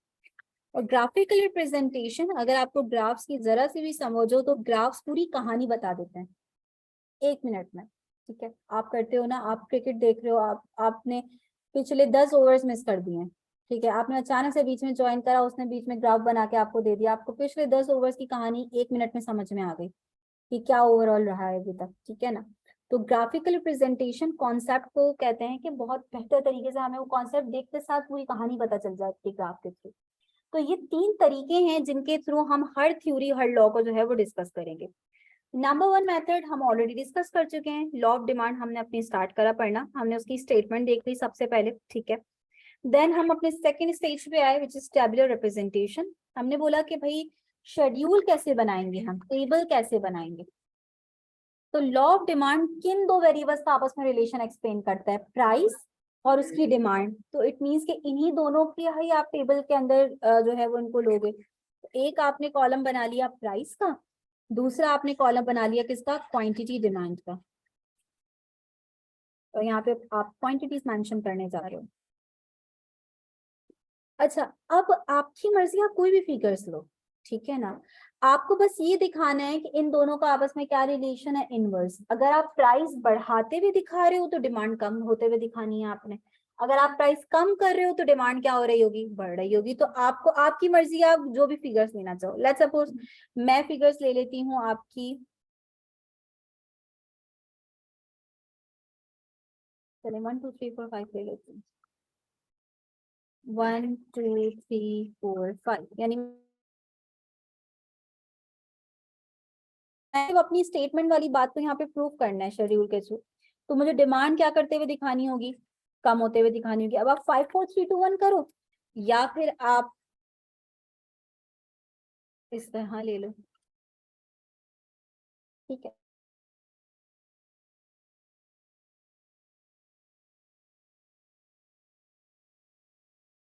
10 10 10 से ही चेंज करिए डिमांड, जरूरी नहीं है कि ऐसा हो। ठीक है, ये वेरी कर सकता है, लेकिन ये कि इसका ग्राफ बनाना बड़ा आसान होता है। और क्योंकि ये फर्स्ट ग्राफ है, अगर कोई ऐसा स्टूडेंट है जो मेडिकल बैकग्राउंड से है, जिसने आज तक कभी ग्राफ नहीं बनाया, उसके लिए डायरेक्टली अगर मैं नॉन लीनियर ग्राफ पे आ जाऊंगी तो थोड़ा उसके लिए मुश्किल होगा। ठीक है, तो मैं बिल्कुल लीनियर ग्राफ पे जाना चाह रही हूँ। और जब हमने वैल्यूज को सेम डिफरेंस से चेंज करा है, कांस्टेंट रखा है उनको, उनके डिफरेंस को, तो क्या होगा कि हमारे पास जो ग्राफ बन के आएगा वो स्ट्रेट लाइन बन के आएगी। ठीक है, आई होप के बात आपको समझ में आ रही हो। जब हम एक इक्वेशन लिखते हैं ना कि 2 + 3x, तो इसमें हमने जो स्लोप को कंसिडर किया है वो स्लोप हमारा क्या है, 3। ठीक है ना, जो कि कांस्टेंट स्लोप है थ्रू आउट, हमेशा जो चेंज आएगा वो इस 3 नंबर से मल्टीप्लाई होके आ रहा होगा। ठीक है ना, तो यहाँ पे हमने जो थ्रू आउट चेंज रखा है वो क्या रखा है, 10।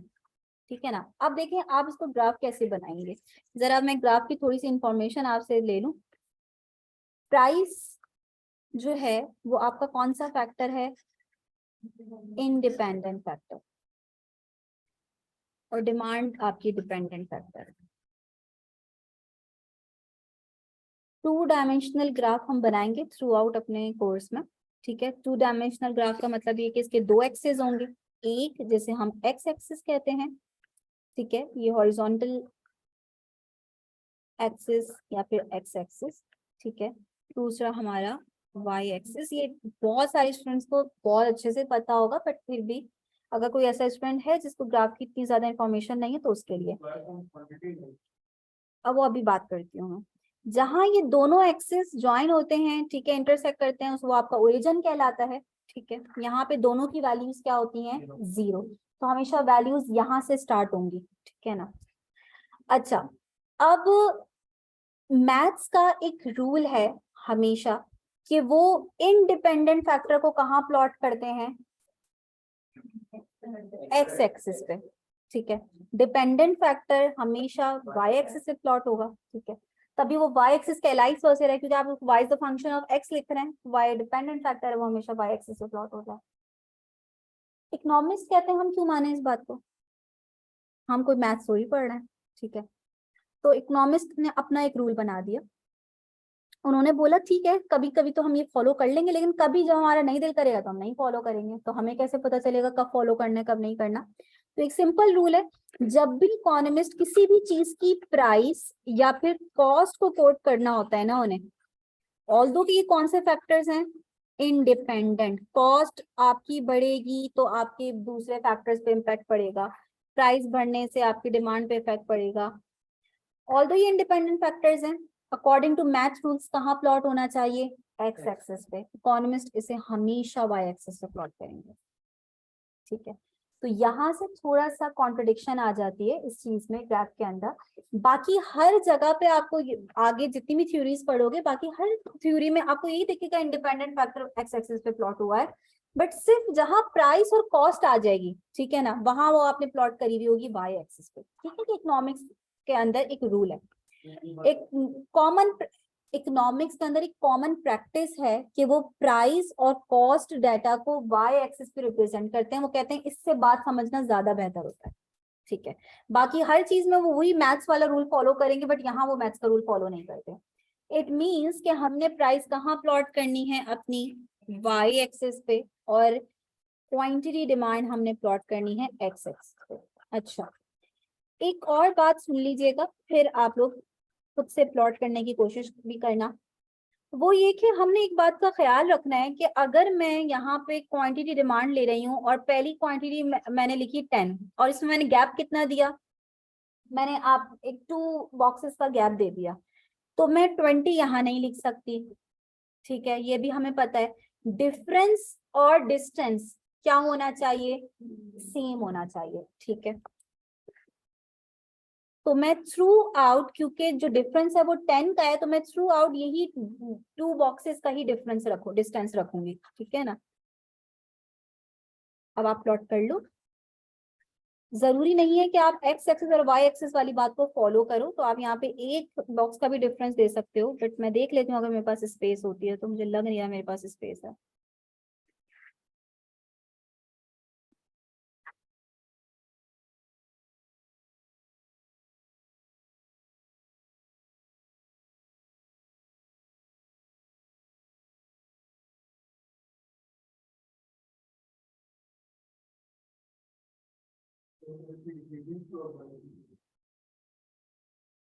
डिक्रीजिंग स्लोप नहीं, डाउनवर्ड स्लोप।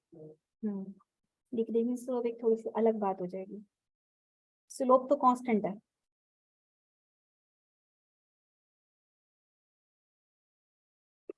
अच्छा जी, तो 1 प्राइस पे आपकी क्वांटिटी डिमांड है 50। अच्छा, बहुत सारे स्टूडेंट्स इसको वैसे ही प्लॉट कर लेंगे, लेकिन मैं ये जो डॉटेड लाइंस बना रही हूँ, ठीक है, ये एक रिप्रेजेंटेशन मेथड है।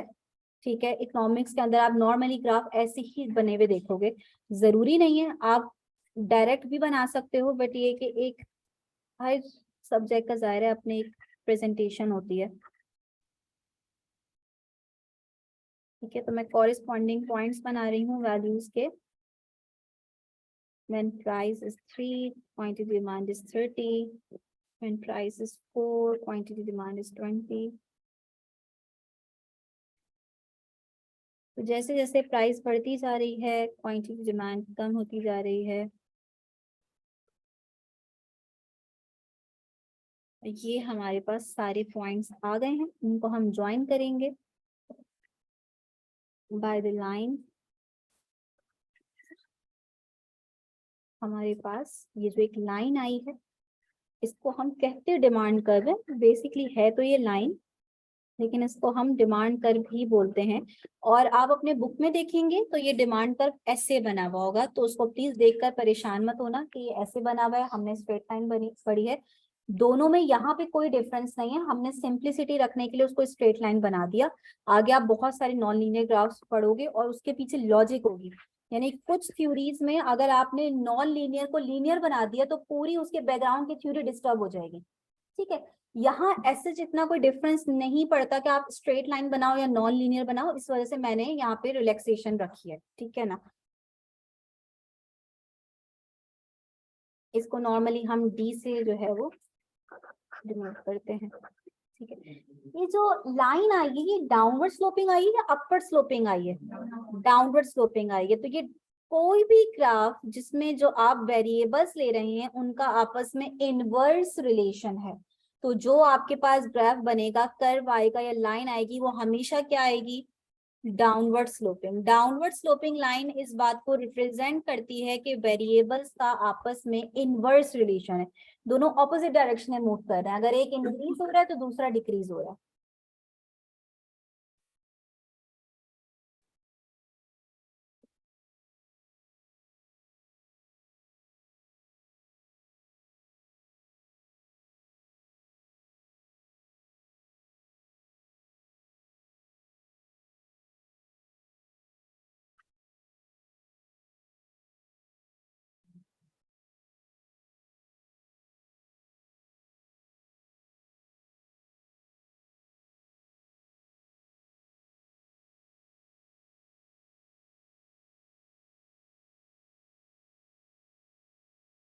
सॉरी, एरो गलत हो गया।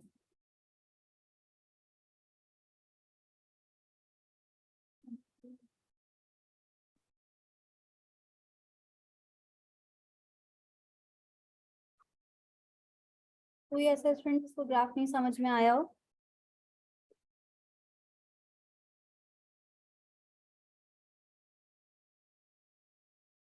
ड्रॉ सबने करना है, कोई ऐसा ना सोचे कि ये तो बड़ा आसान है, क्या करना पता है, पहले 1000 दफा बना चुके हैं भले, लेकिन ये स्टार्टिंग से ना लेक्चर्स अपने पास प्रॉपर नोट करना, बाद में खुद ही आसानी रहेगी आप लोगों के लिए।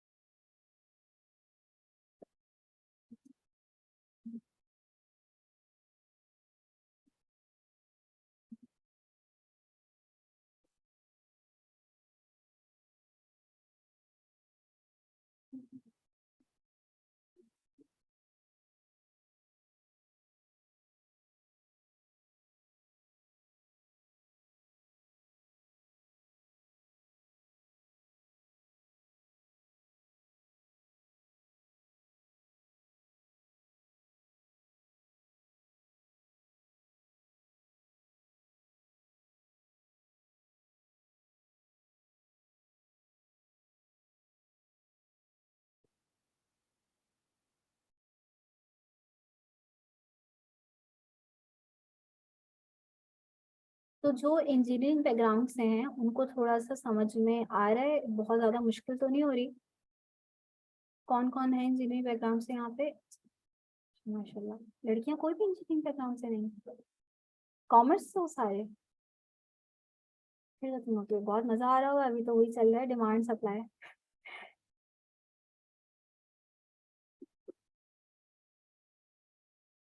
एक यही तो है जो सबसे अच्छा पढ़ाया जाता है, यही याद भी रहता है। हाँ, उसके बाद नहीं याद रहता। मतलब अगर मैं आप लोगों को बताऊं, अल्लाह माफ करे, इंटर में फर्स्ट ईयर के अंदर हम 75 मार्क्स का पेपर होता था इकोनॉमिक्स का आपका। मेरे कितने मार्क्स आए थे, मैं उस दिन अपनी मार्कशीट देख रही थी, तो मेरे मार्क्स आई थिंक आए थे 55। लड़कियों के लिए बहुत हॉरिबल है, लड़के तो बोलेंगे ये तो बहुत अच्छा। ठीक है, बहुत बुरे मार्क्स। क्योंकि खैर मैंने तो कॉलेज जाती नहीं थी, मैं तो कोचिंग से ही पढ़ा, तो कोचिंग में जो टीचर थे ना उन्होंने जो पढ़ाया वो मुझे अभी जो याद है ना, पता नहीं आप लोग मेरी शायद इस बात से एग्री करो। एक तो ये डिमांड सप्लाई, ये जहन में होता है, हाँ ये ऐसा कुछ पढ़ा था हमने।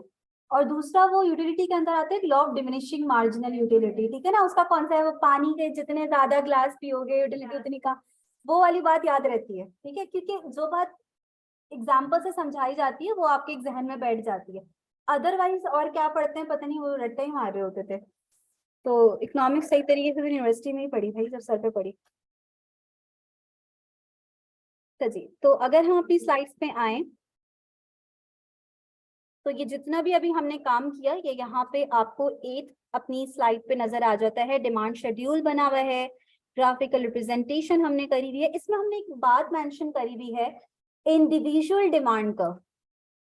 नाम से क्या पता लग रहा है, मतलब में आसान बात है, इंडिविजुअल डिमांड कर्व यानी किसी एक इंडिविजुअल का हमने डिमांड कर्व बनाया है, ठीक है ना। अगर हम मार्केट डिमांड कर्व बनाना चाहते हैं, यानी हम कह रहे हैं कि किसी पर्टिकुलर कमोडिटी की टोटल डिमांड कितनी है, अगेन माइक्रो का ही कॉन्सेप्ट है ना, क्योंकि सिर्फ आप एक पर्टिकुलर कमोडिटी की डिमांड की बात कर रहे हो। तो आप बोलोगे कि हम क्या करेंगे, सारे इंडिविजुअल्स की डिमांड को एड अप करेंगे तो हमारे पास टोटल डिमांड आ जाएगी उस प्रोडक्ट की, मार्केट डिमांड आ जाएगी, ठीक है ना। इसका कॉन्सेप्ट मैं कोई अलग से आप लोगों को नहीं करवा रही, लेकिन फिर भी इसके लिए एक एमसीक्यूज में एक आता है आपका, जिसको देखकर शायद आप लोग परेशान हो जाओ। एक डेफिनेशन यूज की जाती है, चलें मैं जरा लिखने के बजाय इसको यहाँ पे ओपन कर देती हूँ, और मुझे याद आया इसकी स्लाइड ऑलरेडी मेंशन है। Difference between market demand and individual demand. Demand of an individual consumer, किसी एक कंज्यूमर की किसी पर्टिकुलर कमोडिटी की डिमांड क्या कहलाती है, individual demand. Whereas the collective demand of all the individuals for a particular commodity is called market demand. किसी एक पर्टिकुलर कमोडिटी की कलेक्टिव डिमांड सारे इंडिविजुअल्स की मार्केट डिमांड कहलाती है। अब यहाँ पे ये एक डेफिनेशन यूज कर रहे हैं जो कि ग्राफ से आपको समझ में आएगी।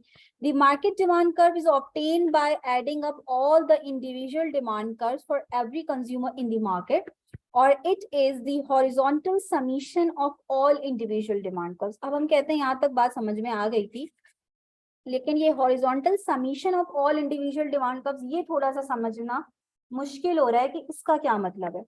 तो देखिए मैं आपको एक एग्जांपल दे देती हूँ horizontal summation की।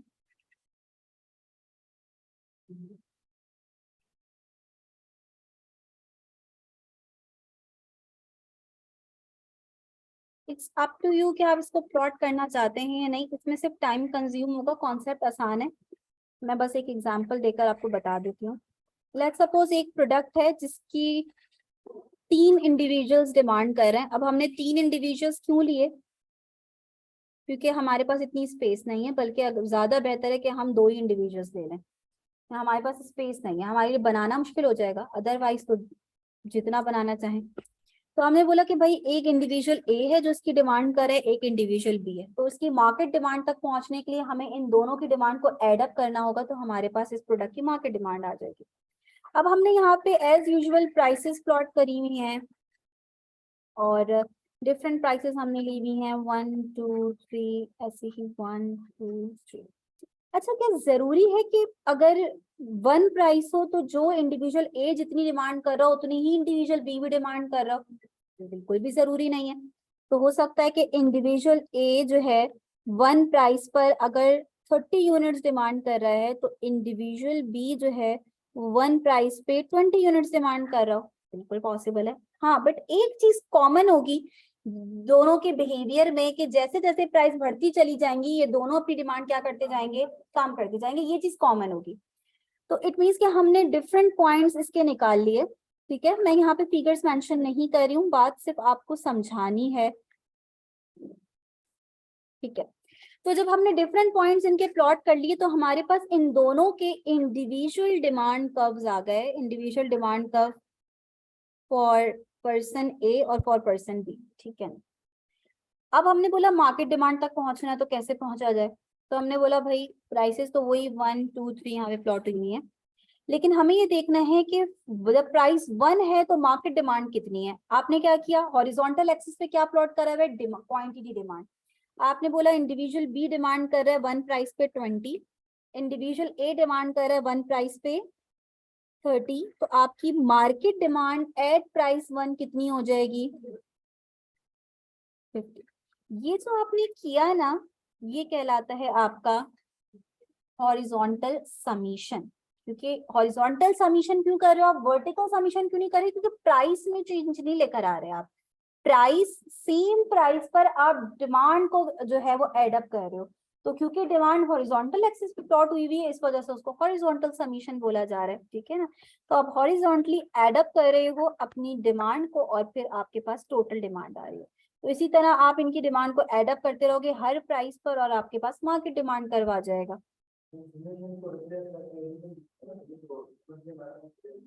समीशन को हटा के क्या रख लें? आप बिल्कुल अपने लिए ऐसा कर सकते हैं, बट बात यह है कि मैं वो टर्म्स यूज कर रही हूँ जो आपके पास एमसीक्यूज में आएगी, ठीक है। आप बिल्कुल हॉरिजॉन्टल एडिशन कर लो आप इसको। हाँ, मैं आपकी इस बात से बिल्कुल भी डिनाई नहीं कर रही। मैं ये कह रही हूँ कि जब आपके पास हॉरिजॉन्टल समीशन आएगा पेपर में, तो आप उसको परेशान ना हो जाओ। तो मैं तो फिलहाल वो टर्म्स यूज कर रही हूँ जो पेपर रिस्पेक्ट्स हैं, ठीक है ना, मैं उसका ख्याल रख रही हूँ थोड़ा सा। बट आप बिल्कुल समझने के लिए उसको एडिशन समीशन को, उसको एडिशन के वर्ड से रिप्लेस कर सकते हैं।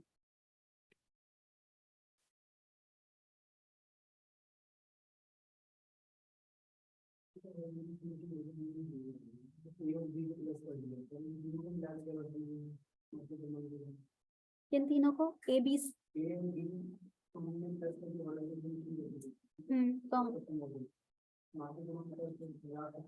कैसे बनेगा? डाउनवर्ड स्लोपिंग ही बनेगा भाई। हमें फॉर एग्जांपल पता चला कि प्राइस 2 पे जो है वो इंडिविजुअल ए जो है वो डिमांड कर रहा है आपकी 20 यूनिट्स की, और ये डिमांड कर रहा है आपके 10 यूनिट्स की, बल्कि 30 नहीं था, मैंने 20 प्लॉट किया हुआ था। अच्छा, 10 यूनिट्स की डिमांड कर रहे हैं, तो मार्केट डिमांड कैसे आएगी? 2 प्राइस पर इंडिविजुअल ए डिमांड कर रहे हैं 20, इंडिविजुअल बी कितनी डिमांड कर रहे हैं 10, 30 हो जाएगा, ठीक है। तो आप यहाँ पे 30 ले लेंगे, ठीक है।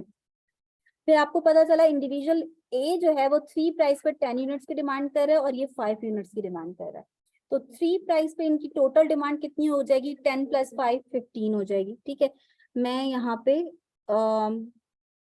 इस बात का बहुत ज्यादा ख्याल नहीं रख पा रही कि मैंने डिस्टेंस क्या लिया है, मैं सिर्फ आपको अभी कॉन्सेप्ट समझाने में फोकस है, तो प्लीज इसकी मिस्टेक मत निकालना, ठीक है।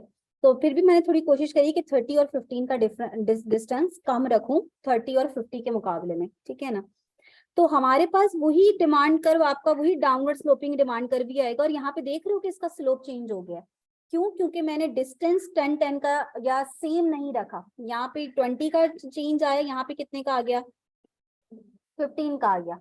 तो क्योंकि मैंने स्लोप को कांस्टेंट नहीं रखा, तो आपके पास जो लाइन आ रही है वो स्ट्रेट लाइन नहीं आ रही है, ठीक है। ये बात कितने स्टूडेंट्स को पता है कि जब स्लोप कांस्टेंट होता है तो स्ट्रेट लाइन आ रही होती है? अंदाजा है सबको? ठीक है। तो स्लोप का क्या मतलब होता है यही बता दो चलो तुम लोग। स्लोप की आसान सी डेफिनेशन होती है राइज ओवर रन, या पे कुछ जगहों पे परपेंडिकुलर ओवर बेस भी लिखा हुआ होता है, ठीक है। सिंपली स्लोप आपका change in y over change in x लिखा जा रहा होता है मैथ्स के अंदर, क्योंकि आप वाई का जो चेंज होता है उसको एक्स के चेंज से डिवाइड करते हैं, ठीक है ना। तो हम ये कह रहे हैं कि अगर हर दफा x के 1 यूनिट के चेंज होने से y में 2 यूनिट से ही चेंज आ रहा है, इट मीन स्लोप क्या हो गया? कांस्टेंट हो गया। तो हर दफा जब x चेंज होगा तो y कितने से चेंज होगा? 2, पहले 2 था, फिर 4 हो जाएगा, फिर 6 हो जाएगा, फिर 8 हो जाएगा, फिर 10 हो जाएगा।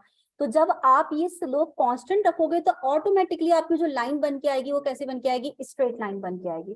और अगर आप इसको वेरी कर देते हो कि एक दफा x जो है वो आपका बढ़ा 1 से 2 बढ़ा x, तो आपकी y की वैल्यू बढ़ गई आपकी 2 से, ठीक है ना, 2 से इंक्रीज हो गई। देन आपकी x की वैल्यू 2 से 3 हुई, तो y की वैल्यू 3 से बढ़ गई। आप कह रहे हो स्लोप कांस्टेंट नहीं है, क्योंकि वेरी कर रहा है। यहाँ पे आपकी जो लाइन बनेगी वो स्ट्रेट लाइन नहीं बनेगी, नॉन लीनियर बनेगी। Rise upon run, rise run.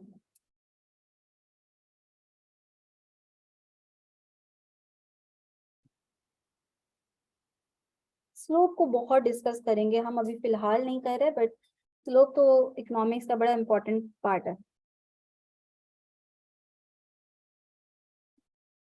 Horizontal summation वाली बात सबको समझ में आ गई?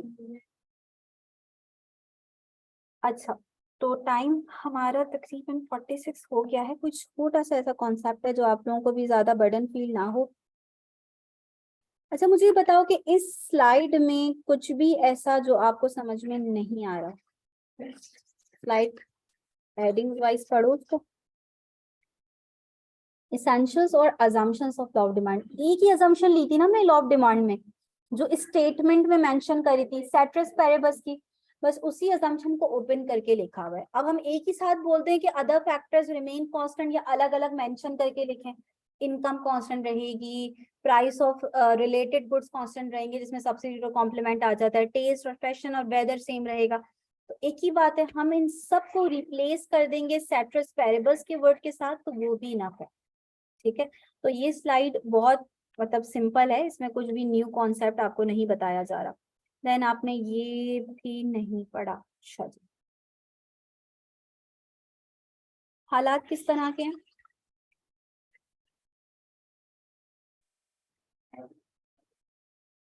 नाजुक हालात हैं,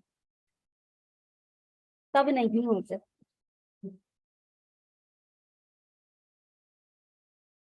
थोड़ा सा डिस्कस कर लेती हूँ, एग्जाम्पल के साथ कल बताऊंगी। अभी मैं थोड़ा सा कॉन्सेप्ट बस समझो, बस छेड़ रही हूँ कॉन्सेप्ट के जहन में रहे कि हाँ ऐसा कुछ पढ़ा था हमने। ठीक है, बात कर रहे हैं कि डिमांड का डाउनवर्ड स्लोप क्यों बनता है, तो हमारे पास एक आंसर आ जाता है बहुत आसान सा कि इस वजह से डाउनवर्ड स्लोप बनता है क्योंकि प्राइस और क्वांटिटी डिमांड का आपस में इनवर्स रिलेशन है, इस वजह से वो डाउनवर्ड स्लोप बनता है। तो आप कहते हैं बिल्कुल ठीक है, ये प्राइस इफेक्ट है। प्राइस इफेक्ट क्या कहता है कि भाई there is an inverse relationship between price and quantity demand. जब भी प्राइस बढ़ेगी क्वांटिटी डिमांड कम होगी, जब भी प्राइस कम होगी क्वांटिटी डिमांड बढ़ेगी। ये आपका कहलाता है प्राइस इफेक्ट। ठीक है, इकोनॉमिस्ट कहते हैं कि ये जो आपका प्राइस इफेक्ट है, इसको हम फर्दर दो चीजों में डिवाइड कर सकते हैं। ठीक है ना, और वो इस प्राइस इफेक्ट को डिवाइड करते हैं इनकम एंड सब्स्टिट्यूशन इफेक्ट में। एक को इनकम इफेक्ट कह देते हैं, एक को हम कह देते हैं सब्स्टिट्यूशन। अच्छा, अब इसमें हम पढ़ने क्या जा रहे हैं, बहुत ही आसान सी बात है। हम ये देखना चाह रहे हैं कि ठीक है, हमें ये बात पता है कि जब भी चीजों की प्राइस बढ़ती है तो उनकी क्वांटिटी डिमांड क्या हो जाती है, कम हो जाती है। लेकिन ऐसा ना दो वजह से होता है। एक क्या रीजन होती है, एक ये रीजन होती है कि जब भी किसी एक प्रोडक्ट की प्राइस बढ़ती है तो जो उसके सब्स्टिट्यूट्स हैं वो रिलेटिवली क्या हो जाते हैं, आपके चीपर हो जाते हैं, जिसकी वजह से लोग क्या करते हैं, उस प्रोडक्ट से स्विच कर जाते हैं उसके ऑल्टरनेटिव्स की तरफ। ये इफेक्ट क्या कहलाएगा, इनकम इफेक्ट या सब्स्टिट्यूशन इफेक्ट? सब्स्टिट्यूशन इफेक्ट, क्योंकि कंज्यूमर सब्स्टिट्यूट कर रहे हैं एक प्रोडक्ट को दूसरे से। ठीक है ना, तो कह रहे हैं एक तो ये रीजन होता है प्राइस बढ़ने से डिमांड के कम होने का। दूसरा एक और रीजन होता है इनकम इफेक्ट। अब मुझे नहीं पता किसी के जहन में ये क्वेश्चन आ रहा है या नहीं, बट आना चाहिए। इनकम की बात कहाँ से आ गई भाई? जब हम प्राइस को चेंज कर रहे हैं तो बाकी सारे अदर फैक्टर्स को तो कांस्टेंट रखा हुआ था ना। और along the demand curve, along the demand curve का मतलब क्या है कि जब हमने डिमांड कर्व प्लॉट करा तो अलोंग द डिमांड कर्व से दो फैक्टर्स वेरी कर रहे थे, एक प्राइस, दूसरी क्वांटिटी डिमांड, बाकी तो कोई फैक्टर चेंज नहीं हो रहा था ना। तो ये इनकम इफेक्ट का क्या मतलब है? तो भाई इकोनॉमिस्ट इस बात को क्लेरिफाई करते हैं कि भाई इनकम इफेक्ट यहाँ पे लिख दिए, लेकिन इनकम भी दो तरह की होती है। एक इनकम होती है आपकी मनी इनकम, ठीक है, और दूसरी इनकम आपकी कहलाती है रियल इनकम।